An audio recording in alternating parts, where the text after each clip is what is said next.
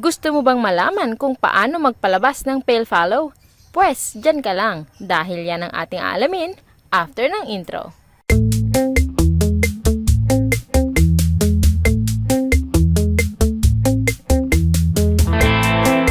Hello the bird cats and welcome back for another video. Kamusta kayong lahat dyan? Sana ay excited kayo sa ating pag-uusapan dahil kami din ay excited kaming i-share kung paano kami nakapagpalabas ng fail follow.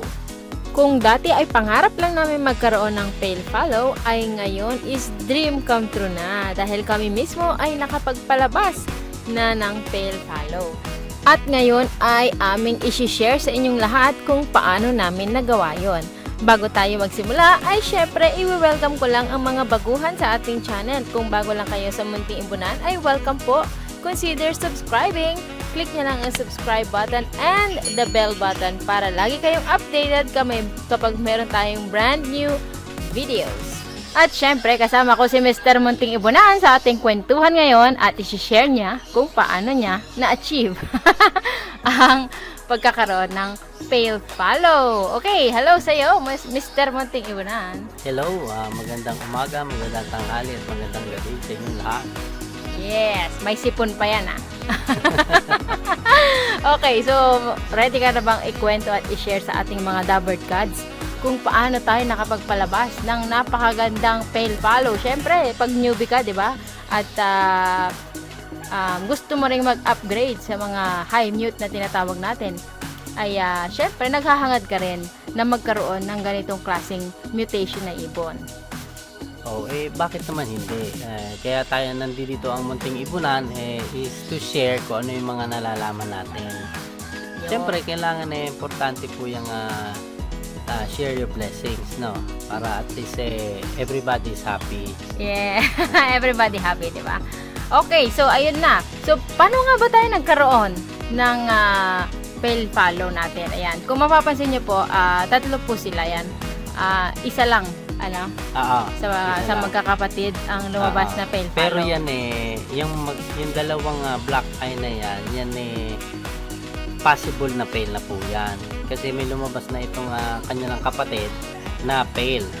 Actually, ang parents nito is possible lang. So, possible fail and possible opa. Tapos yung isang parents niya is par blue. Okay, so kung makikita nyo, ito po yung parents niya.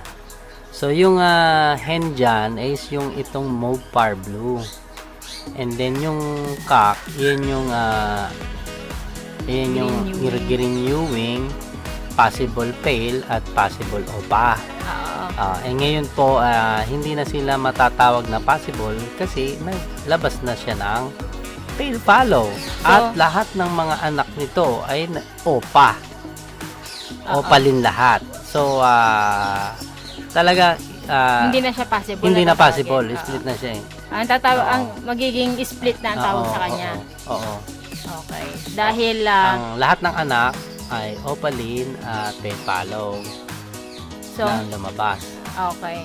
So kapag hindi pa sila nanganganak at nakakapagpalabas ng fail follow tsaka opa, ang tawag sa kanila is possible pa lang. Posible. Pero kapag once na nagpalabas na sila ng visual na fail follow tsaka opalin, magiging split na sila. Okay. Sure na nag-anak.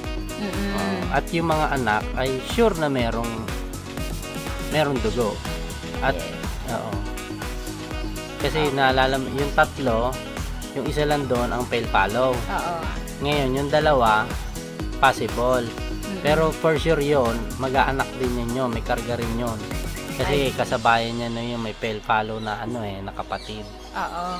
So, pang ilang clutch mo ngayon? Pang third, ano? Actually, pangatlo. Oo. Pero yung mga nauna, puro opa lahat din ang inano nila, nilabas. Okay.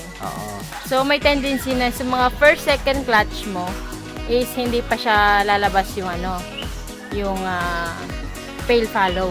May tendency sa mga pang ilang patingin clutch. ko, meron na rin karga siguro yun. Meron na yun. Kasi kung third class, kumarga mga visual, first visual, no? Second, meron na rin yun na mag-aanak na rin yun. Mga possible na rin yung mga yun. Okay. So, ayun, Lovebird God, sa experience po namin na ganito is lumabas na visual yung tail follow sa third clutch po. Ayan. At meron dito, according sa mga research, di ba, mga experience ng mga iba, usually yung mga high mutation is lumalabas kapag habang tumatagal. Yung mga clutch nila. Kaya very important sa ating mga diyan mag-iibon, nag-aalaga na yung kumpletong nutrients at tamang pakain sa ating tamang mga diet sa ating mga ibon para at least maging malusog sila at syempre tumagal ng ang kanilang lifespan at saka hindi masyado mabugbog o ma-stress kasi minsan kalimitan ng ibon kaya rin nadadapuan ng stress isa kulang sa nutrients. Yes, okay. Kulang ang sustansya na kanilang nakukuha. Ayan.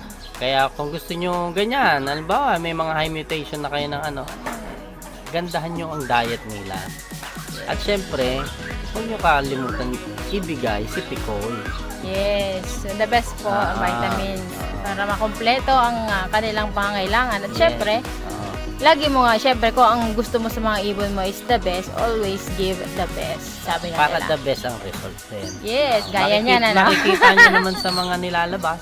Yeah. Diba, na quality rin yung mga ibon. Ngayon, yung mga nagbi-business sa ibon, talagang hindi kayo mahihiya na ibenta ang yung mga ibon dahil ito ay napakaganda at quality naman. Yes. So, may presyo din, May syempre. presyo, syempre. So, sabi nila, sulit. Sabi nga nila. Yes. So, ayan lang po, mga Lovebird Gods. Nalaman nyo na kung paano kami nakapagpalabas ng pale follow. Ayan. At actually, sa ngayon, yan ang pinaka parang in, aside from opaline, Maraming naghahangad ng magkaroon ng pale follow. So, sa mga newbies na walang pambili ng pale follow para magkaroon ng pale follow. Kasi nga naman, mahal nga naman. Kahit kumuha kayo ng mga possible. Yes. Pero talagang sa pag-iibon, talagang kailangan maghihintay kayo. Kasi kami dito, hindi rin naman kami naghintay ng 2 araw lang o 1 linggo.